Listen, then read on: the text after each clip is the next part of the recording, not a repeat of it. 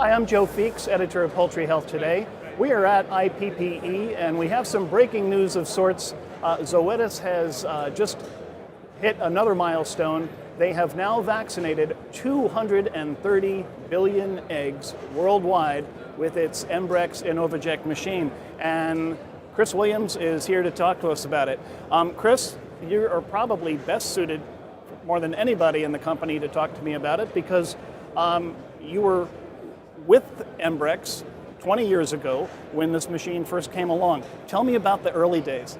Well, great team, great people, small group, and very, very passionate, very focused, and we were trying to do something that nobody else had either attempted or could even imagine, putting holes in eggs and actually accessing the embryos on a big scale, on a commercial scale.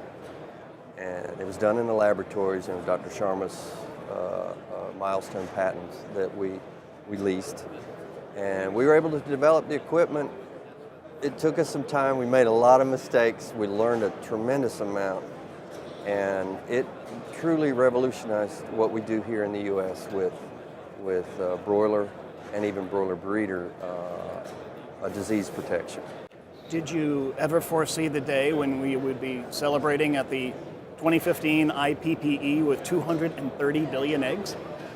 I mean, that's a great question. I remember pinching myself and saying, I can't believe people are paying me to do what I do because I love it so much. But it still, as I look back, no, not really.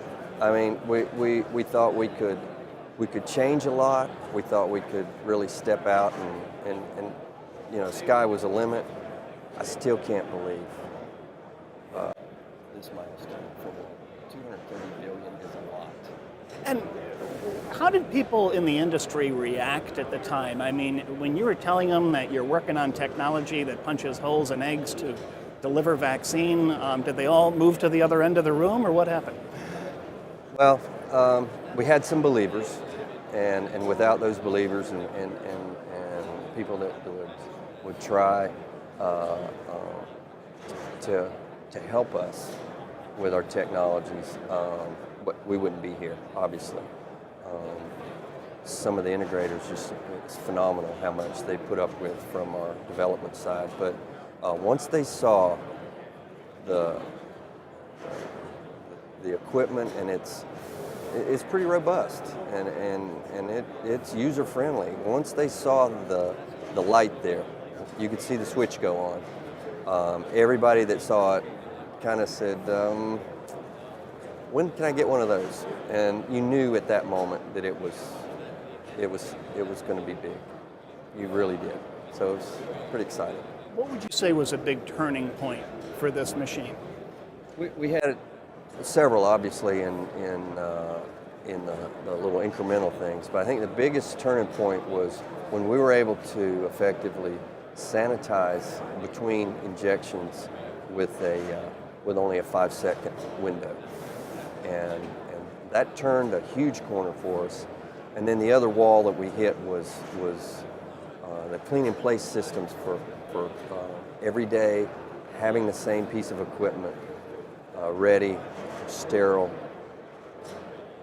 That was also another huge break because today we can run, tomorrow we can run, and obviously here we are 22 years later, still running very effectively.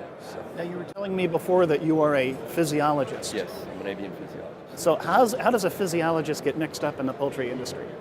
Well, the founder of Embrex was J. Paul Thaxton, and J. Paul was one of my graduate on my graduate committee, and he knew I was a tinkerer, and so not only am I a physiologist, I like other things too. I probably should have been an engineer somewhere in my life, but joining those biological and engineering kind of entities was the key. And I've always been very fascinated with species. So it was a good fit. It was a great fit. So I imagine, and I know that you're head of the technical service group for the bio devices. Machines like this must require a tremendous amount of technical support on a regular basis. Yeah, what's key is you have several teams of support. We have mechanical support that are preventative maintenance. We lease the equipment, so we're responsible for its maintenance. And then I have a technical group that works in conjunction with that mechanical and field service group to look at all the processes around. This is a bit of an invasive process, so we are very cognizant of the environments where we're putting these eggs. And so we need to look at the microbial flora. We also look at ventilation. We look at a lot of entities within the hatcheries that are key to, not just the success of de novo, but the success of the operation. And so they go hand in hand. And so when we give advice on improvements around our equipment as well as the processes, the whole hatchery and the whole production is improved. And that's a win-win. It's very simple. And I think it's important to mention that the Embrex machine isn't just being used for Zoetis vaccines. You've got vaccine manufacturers, your own competitors that are depending on your product to deliver their vaccine. That's right. We utilize the equipment in human influenza vaccine production, also in some of the animal health vaccine production. And egg-based technologies are not just for the production of our food. And I love it because I'm doing a part in the food chain. I'm helping making our food safer, but I'm also being part of what makes our health safer, our vaccines, and that's a pretty neat double dip, in my opinion. Congratulations on this amazing milestone. Any predictions for the future?